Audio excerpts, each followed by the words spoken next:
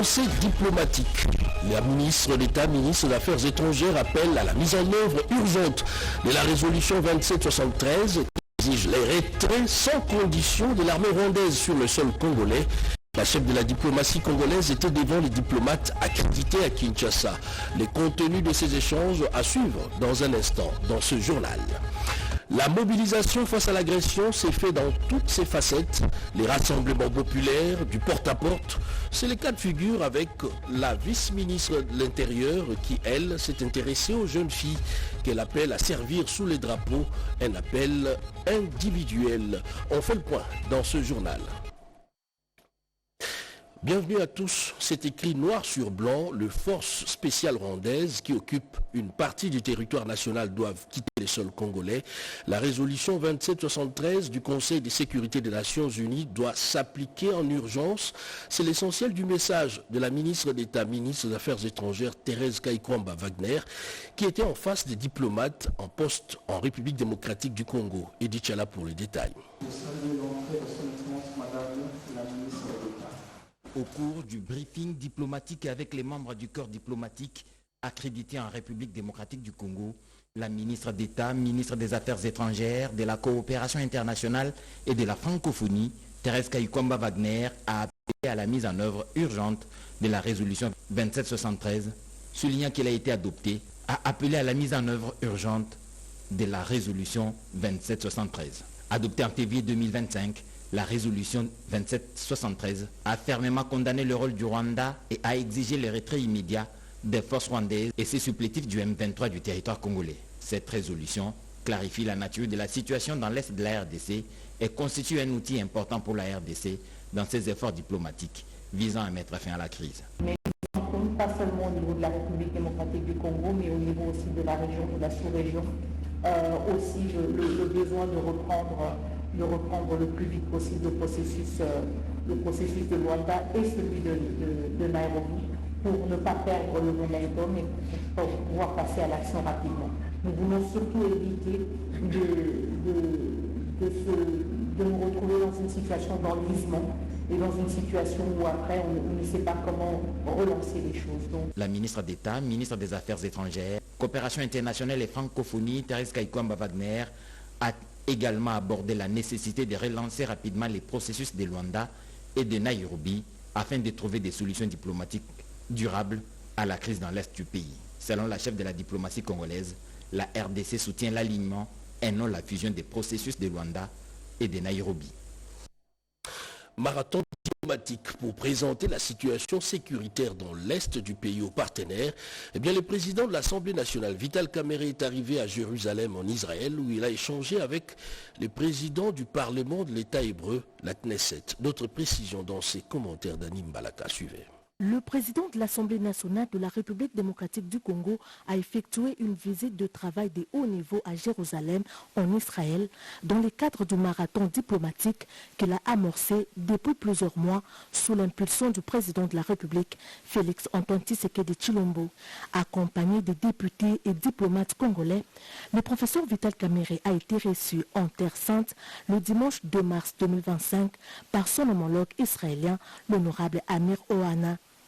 À cette occasion, le président Vital Kamerhe a exprimé compassion et solidarité au peuple israélien face aux événements tragiques qui l'ont endeuillé le 7 octobre 2023. Tout en condamnant cette violence indescriptible, le speaker de la Chambre basse du Parlement congolais a rappelé que le peuple congolais subit depuis 3 décennies une guerre injuste et particulièrement meurtrière.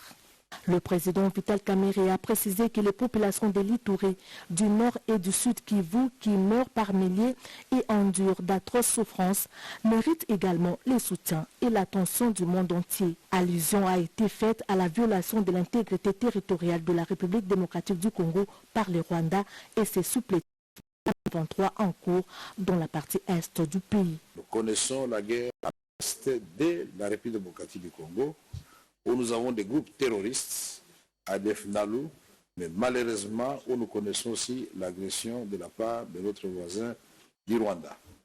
Notre détermination et la détermination du président de la République démocratique du Congo, Félix Antoine Tshisekedi Tshilombo, a toujours été la paix, la construction de la paix pour l'ensemble de la région des Grands Lacs. Réceptive à ces messages, la partie israélienne a exprimé sa volonté de s'engager aux côtés de la République démocratique du Congo dans les efforts visant à préserver son intégrité territoriale et à restaurer une paix durable. C'est tout l'espace Grand Katanga qui est couvert. Le président du Sénat, Jean-Michel Samalukonde, est arrivé à Kamina, dans le Haut-Lomami, pour mobiliser la population derrière les forces armées de la République démocratique du Congo. Janine Kalinga. Sensibilisation et mobilisation de la jeunesse contre l'agression rwandaise sous couvert du M23 AFC en République démocratique du Congo. Jean-Michel Samalukonde ratisse large à Kamina, chef-lieu de la province du Haut-Lomami. Comme partout, il est déjà passé dans les Grands Katanga pour la sensibilisation. L'adresse de Jean-Michel Samalukonde a porté sur le message de soutien au président de la République, au FARDC et aux Azalindo. À cette occasion, nous avons fait faire passer notre message de sensibilisation qui nous a été lancé sous l'impulsion de son Excellence Monsieur le Président de la République, Félix Antoine Tshisekedi Tshilombo, chef de l'État et commandant suprême des forces armées. Face à la situation que nous vivons à l'Est, guerre menée par le Rwanda et ses supplétifs du M23, sur le besoin d'une réponse à cette agressivité par d'abord l'unité, la cohésion, mais au-delà, la mobilisation générale, particulièrement celle de nos jeunes. Et donc, j'ai eu cette occasion de voir la réponse déjà donnée par nos jeunes ici au niveau du Haut-Lomami, qui sont au centre de recrutement au niveau de la police, mais aussi au niveau de la base de Kamina. Notons que c'est depuis le 26 février dernier que le président de la Chambre haute du Parlement est en vacances parlementaires dans les Grands Katanga, où il est allé mobiliser la population de cette partie de la République contre l'agression rwandaise sous couvert de ses supplétifs du M23 AFC. Et pendant ces temps, la première ministre Judith Suminwa est arrivée à Matadi dans le Congo central dans un échange direct avec la population. Elle a appelé à une collaboration avec les services de sécurité pour faire échec au plan de balkanisation du pays. Chimène Dondo nous décrit les moments forts de cette mobilisation. Suivez. Devant une foule de milliers de personnes, la première ministre Judith Suminwa a tenu un meeting au stade d'Amar de Matadi, chef-lieu du Congo central. Cette étape s'inscrit dans le cadre de sa tournée nationale visant à mobiliser la population contre l'agression rwandaise, orchestrée via ses supplétifs de l'AFC M23. Judith Suminwa, surnommée affectueusement Ndona Congo, la brave Congo, a réaffirmé la détermination du gouvernement à mettre fin à l'agression rwandaise. Congolais telema elingi koloba. Biso nyonso tu bana ya Congo toza motu moko. Soyons tous le président de la République. Nous insistons sur l'amour de la patrie, barrons la route à l'Idébi et boutons l'armée rwandaise hors de nos frontières dans l'Est. Ya unité monguna akomonela biso te barwande bakoti kuna tokobimisa bango mais pas question bapusana toyokani. A collaboré avec les forces de l'ordre pour dénoncer les ennemis de la République. Après le Congo central, Judith Suminwa se rendra dans la province du Kwilu, du Kwango et du Maïndombe pour poursuivre sa mobilisation contre l'agression rwandaise. En croire ces images, les forces vives se sont mobilisées réellement dans le Congo central, y compris certains leaders d'opinion de cette province. Quelle lecture font-elles, ces leaders, y compris les forces vives d'une manière générale, de ces messages de mobilisation apportés par la Première ministre? On en parle avec Pirombouyou Saïdi qui était sur place. Ambiance inhabituelle mais hautement patriotique, vécue ce jour par nos compatriotes du Congo central, au stade d'Amar de Matadi, qui s'est transformé le temps d'un après-midi ensoleillé en un lieu de négoce, de business, de petits commerces par-ci, et d'un centre culturel né Congo de fortune par là. C'était à l'occasion du meeting politique animé par la première ministre Judith Touloukassouminois. Un patriotisme salué par certains leaders sociopolitiques né Congo. Il est important à la première ministre de venir. Et vous savez que c'est la première de nous chez nous au Congo central. Et elle vient pour s'adresser à la population et à ses frères et sœurs pour que nous puissions soutenir le chef de l'État pendant ce moment difficile et soutenir les FARDC. C'est à moi, vous avez vu comment est-ce que le gouvernement de province s'y est investi en demandant à sa population d'y être pour entendre ce que la première ministre nous a amené pour le soutien au chef de l'État et aux FARDC. Moi, en tant que fédéral de l'Assaut Parti Congo Central, nous sommes mis de joie pour la recevoir ici au Congo Central parce qu'elle est venue avec un message pour soutenir la part, pour soutenir notre président de la République qui se bat jour et nuit pour la paix. Nous faisons de l'arrivée de son Excellence Madame la Première ministre une lecture positive qui nous ragaillardit, ça nous réconforte. C'est une bonne chose qu'est une fille du Congo pour la terre de ses ancêtres. Et aujourd'hui nous disons Congolais Téléma, né Congo Téléma, pour na Congo na biso. À part Matadi, une ambiance similaire sera également vécue à Kimpese et à Kisantou lors des prochaines matinées politiques de la Première ministre. Et aux dernières nouvelles dans son itinérance, la première ministre est arrivée à Kimpese, toujours dans le Congo central, où il a rencontré 1000 jeunes recrues, dont 26 filles au centre d'entraînement de Tabangadio. Ces jeunes portent l'espoir de toute une province et ont choisi de servir les pays sous les drapeaux, répondant ainsi à l'appel pressant du président de la République, Félix-Antoine Tshisekedi, pour servir au sein des forces armées de la République démocratique du Congo face à l'agresseur rwandais. Chapitre, le PNUD apporte son accompagnement au programme de désarmement, de mobilisation, relèvement communautaire et stabilisation PDD-RCS. Un lot important de matériel informatique a été remis à ces programmes. Peggy Mukunda. Les programmes de désarmement, de mobilisation, relèvement communautaire et stabilisation PDDRCS viennent de bénéficier des matériels informatiques composés des laptops, des écrans, des imprimantes et autres kits de connexion pour la visioconférence. Projet en appui dans le cadre du financement japonais à travers le programme des Nations Unies pour le développement PNUD.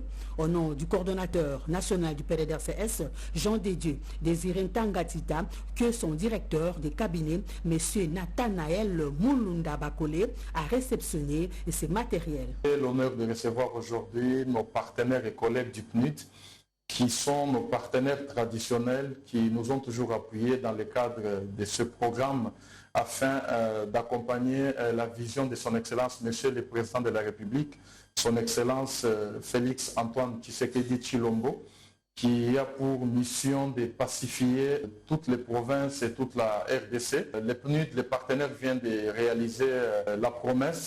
Aujourd'hui, la coordination nationale du PDD-RCS a le plaisir et l'honneur de recevoir un kit de matériel.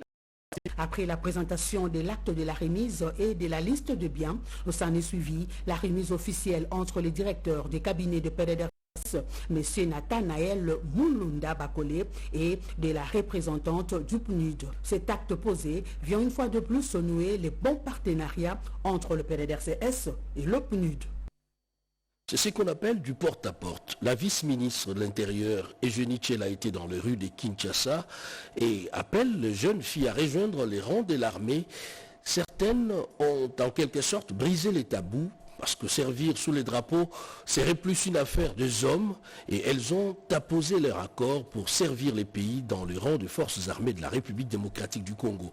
D'autres précisions dans ces commentaires. Pas une parcelle de la RDC sans recrue d'une fille dans les rangs de FARDC et de la police nationale congolaise au cours de ce mois de mars. La vice-ministre de l'Intérieur, Sécurité et Décentralisation, Eugénie Tchela-Kamba, poursuit sans relâche sa campagne de sensibilisation de jeunes filles pour leur enrôlement massif au sein de l'armée.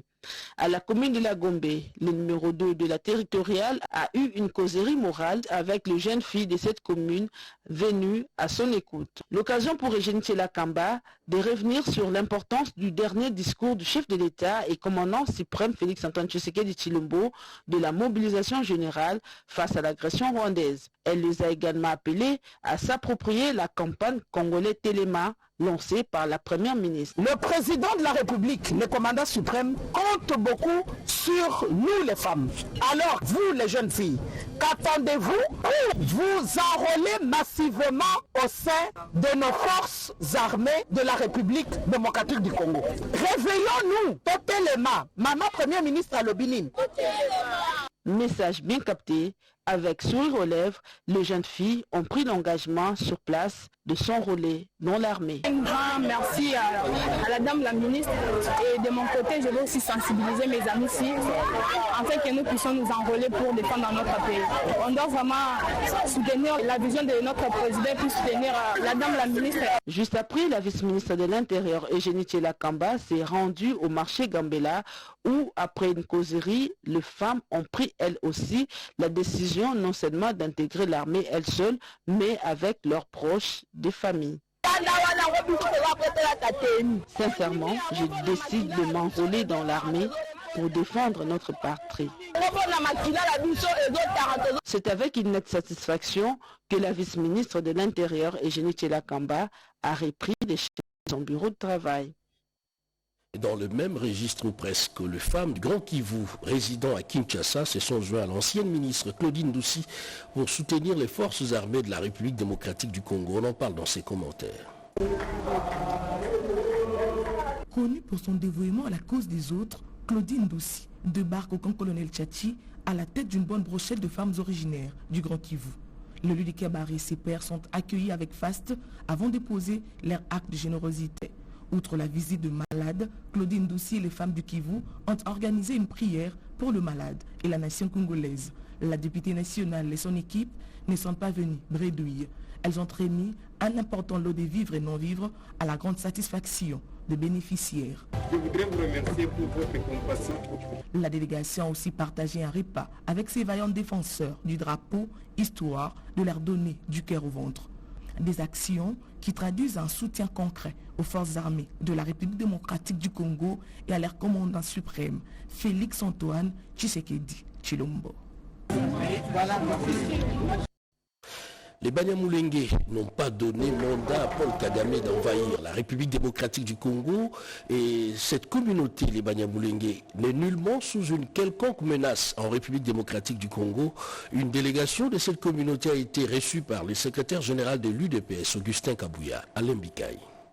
Ils sont venus exprimer leur désapprobation au discours du sanguinaire Paul Kagame qui cherche à justifier les massacres des Congolais et piller des ressources naturelles du Congo sous prétexte à venir protéger la communauté Banyamulenge.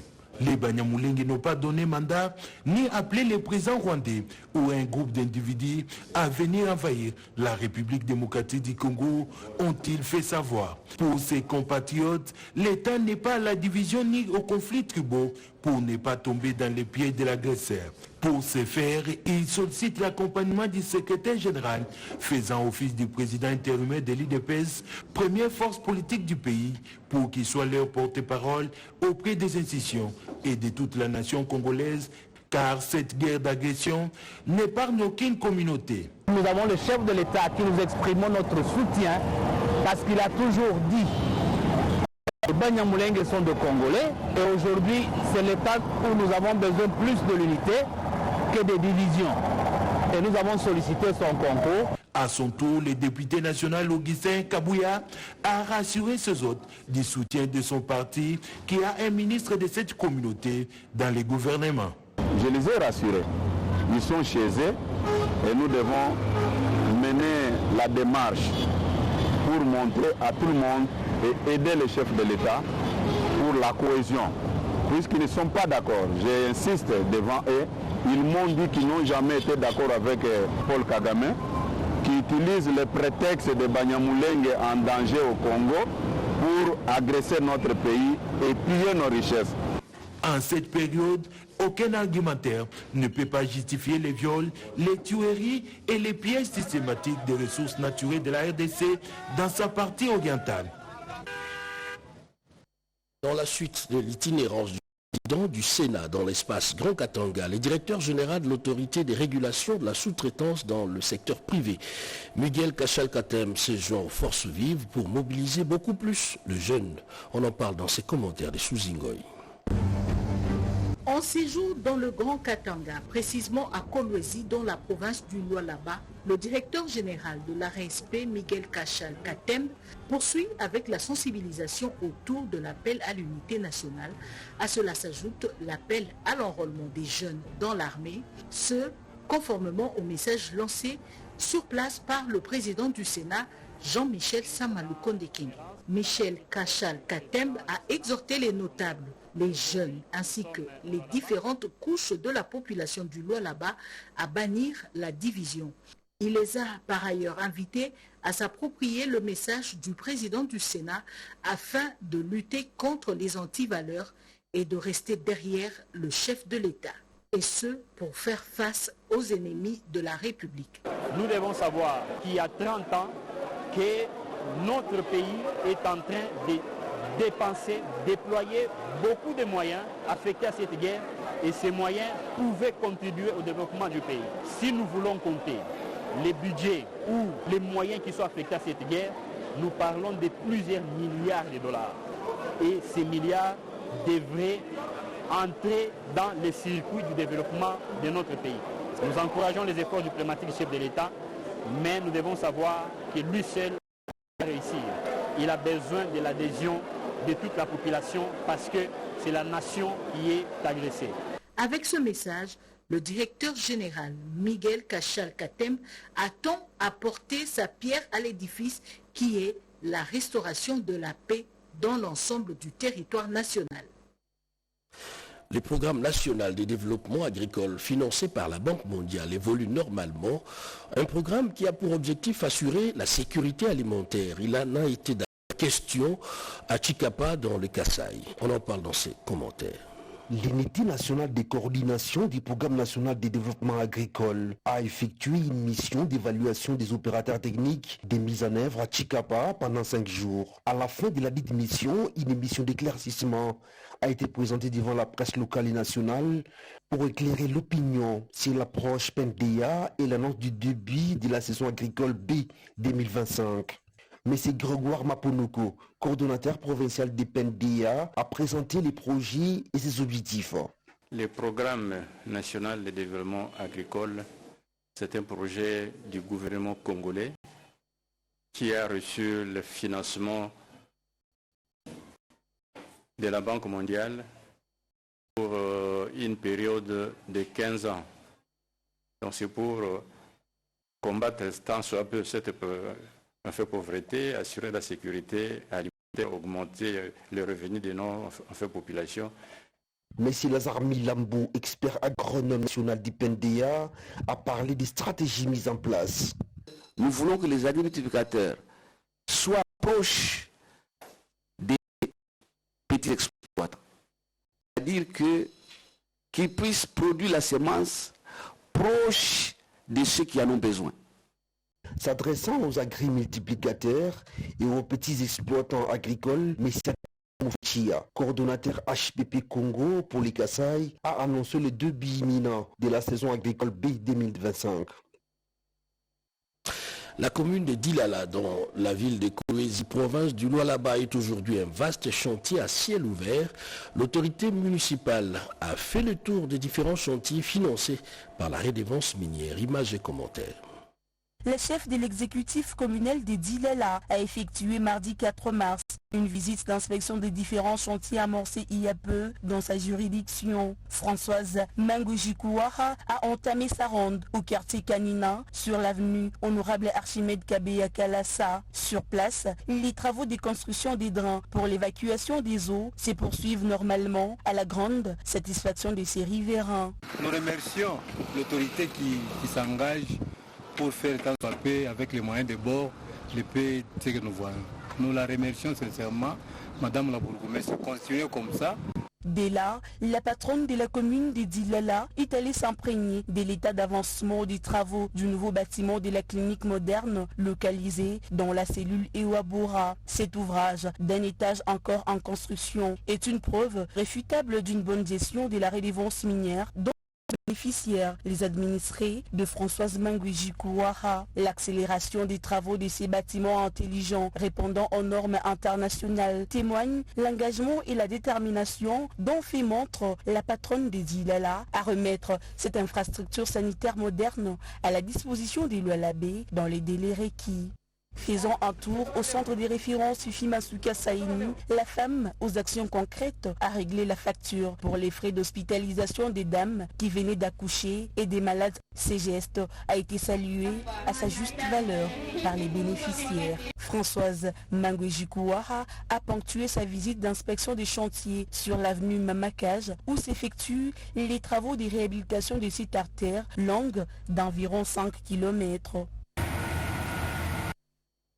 Direction de la province de l'Équateur pour suivre la cérémonie de l'installation du comité provincial de l'action missionnaire des Assemblées de Dieu dans la ville de Mbandaka. Mimi Etaka et Fiston Boku a été sur place. Organisé au temple de gloire La Borne, ces cultes d'action de grâce consacrés à l'installation du comité provincial de l'action missionnaire des Assemblées de Dieu, Ahmad Équateur, a réuni tous les fidèles des églises de la 37e KDC. L'officiant du jour, le révérend pasteur Safari Talangana de l'église Parole du Salut de Kinshasa a prêché sur le thème « Soyons concurrents » en s'appuyant sur le livre de Josué chapitre 1 versets 1 à 9. L'homme de Dieu a exhorté les fidèles de cette communauté à vaincre les obstacles de la conquête. Le but de la MAD est de vulgariser la mission, d'avoir des évangélistes pour faire ce travail partout dans tout le pays, même jusqu'à l'extérieur. Parce qu'on a une direction interne et une direction externe également pour pouvoir évangéliser partout dans le monde. En présence de différents ministres de Dieu de la 37e KDC, le révérend pasteur Safari Talanga a procédé à l'installation officielle de la MAD Équateur, qui sera désormais dirigée par le pasteur Junior Nzé, secondé dans cette lourde charge par 9 autres pasteurs de la 37e KDC. Notons par ailleurs que cette installation officielle fut précédée d'une conférence biblique animée par les révérends pasteurs Safari Talangana, don de Dieu Kimbungu de l'église Gilgal venu de la direction nationale de la mission dans les assemblées de Dieu Ahmad, et Marius Ngoua Lomponda du centre évangélique La Borne de Mbandaka. Et à présent, la lecture de journaux parus ce matin dans la capitale, dans une sélection et commentaires signés Jean-Pierre Demazou.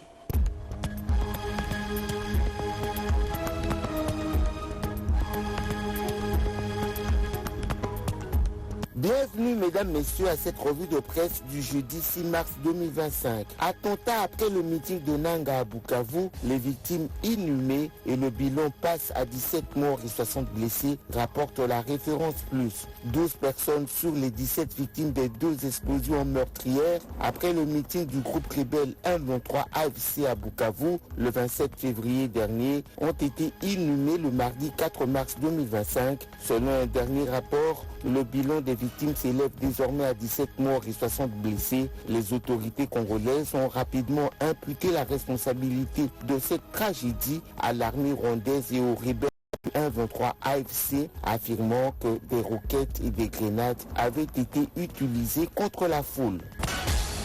Agression rwandaise dans l'est de la RDC, l'ONU estime à près de 80 000 Congolais à la recherche de refuge vers les pays voisins, note la percée. La guerre dans l'est de la RDC a contraint près de 80 000 Congolais à fuir vers les pays voisins avec un nombre alarmant de 61 000 réfugiés arrivés au Burundi depuis le début de l'année. Ces chiffres rapportés par Stéphane Dujarric, porte-parole du secrétaire général des Nations Unies, ont été communiqués lors d'un point de presse organisé à New York le 4 mars 2025. Autour de Goma, environ 17 000 personnes vivent toujours dans des conditions précaires sur des sites de déplacés.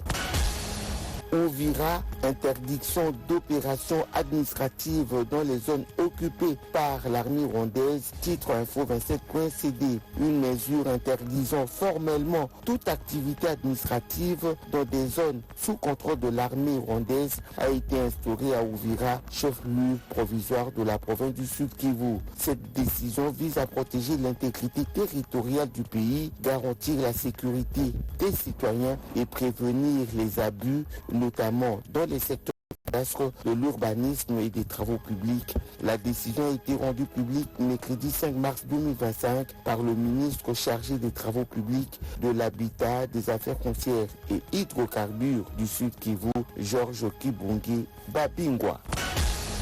Nord Kivu, les enseignants de Béni réclament justice pour leurs collègues assassinés selon le potentiel. Ces enseignants ont organisé mercredi 5 mars 2025 une marche pacifique pour exiger justice à la suite de l'assassinat tragique de deux de leurs collègues. Ces meurtres survenus respectivement les 2 et 4 mars ont plongé la communauté éducative dans un profond deuil et suscitent une vive émotion. Augustin Kachouva, ancien arbitre de l'entente de football de Béni, a été tué dans son champ, tandis que Nzanzu Fayol a été assassiné à son domicile.